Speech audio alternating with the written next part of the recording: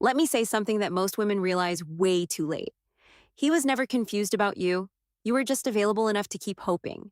And I know that sounds harsh, but stay with me because this conversation might actually save you months, maybe years, of emotional exhaustion. Because a lot of women think confusion means there's still potential. Like if somebody is hot and cold, inconsistent, emotionally distant, maybe they just need time, reassurance, understanding. But let's be honest for a second. When someone genuinely wants you in their life, you don't spend every night analyzing their behavior trying to figure out where you stand. Your nervous system is calm, your body relaxes, you don't feel anxious every time your phone lights up wondering if their energy changed again. And this is where so many women accidentally abandon themselves emotionally. Because instead of accepting inconsistency for what it is, they start overfunctioning emotionally to compensate for it. Suddenly, you're becoming more understanding, more patient, more emotionally available, just trying to get back to the version of them that made you feel chosen in the beginning.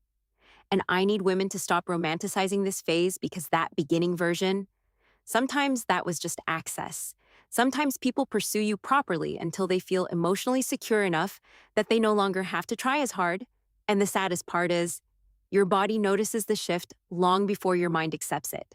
That's why you start overthinking. That's why you reread messages. That's why your intuition keeps whispering that something feels off even while you're trying to convince yourself to stay calm. Most women don't realize they're not addicted to the person. They're addicted to the emotional relief, the random reassurance, the temporary attention, the little moments that make them feel wanted again after periods of emotional distance. That's why emotionally unavailable people feel so addictive. Not because the connection is deep, but because inconsistency creates obsession. Your nervous system starts chasing emotional certainty the way people chase closure. And honestly, some of you are calling it love when your body is actually just stuck in survival mode. Sit with that for a second. Because healed love does not constantly make you question yourself. Real emotional safety doesn't leave you starving for reassurance. And I think a lot of women have normalized emotional chaos because inconsistency has been their version of intimacy for so long.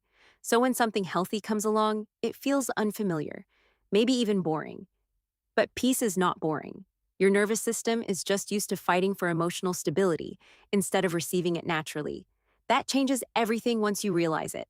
And let me tell you something else women don't talk about enough. Sometimes you're not grieving the actual person. You're grieving the version of them you created in your head, the potential, the future, the consistency you kept hoping they would eventually give you. But potential has emotionally drained more women than reality ever did. Because once you fall in love with potential, you start tolerating things your standards would normally reject. You start making excuses for low effort because you're attached to who they could become instead of who they consistently are. A woman with standards eventually learns to stop falling in love with possibility and start paying attention to patterns. She notices effort changes early. She notices emotional distance. She notices inconsistency. And instead of shrinking herself emotionally to keep someone comfortable, she steps back and observes. Because she understands something emotionally mature women learn the hard way. Confusion is not chemistry. If somebody truly values your presence, you will not constantly feel emotionally uncertain around them. And honestly, the glow up usually starts the moment a woman stops chasing emotional clarity from unavailable people. The moment she stops begging herself to feel secure in situations that repeatedly make her anxious. The moment she realizes she deserves consistency without having to emotionally perform for it. That's when her energy changes. That's when she becomes harder to access. Not because she's bitter, but because she finally understands that protecting her peace is more important than keeping temporary attention. So, if you're listening to this right now and somebody has you constantly overthinking, constantly questioning yourself, constantly trying to decode mixed signals, let this be your reminder that your nervous system deserves peace too. Stop calling emotional confusion a connection. Stop forcing yourself to feel safe in situations that continuously trigger anxiety.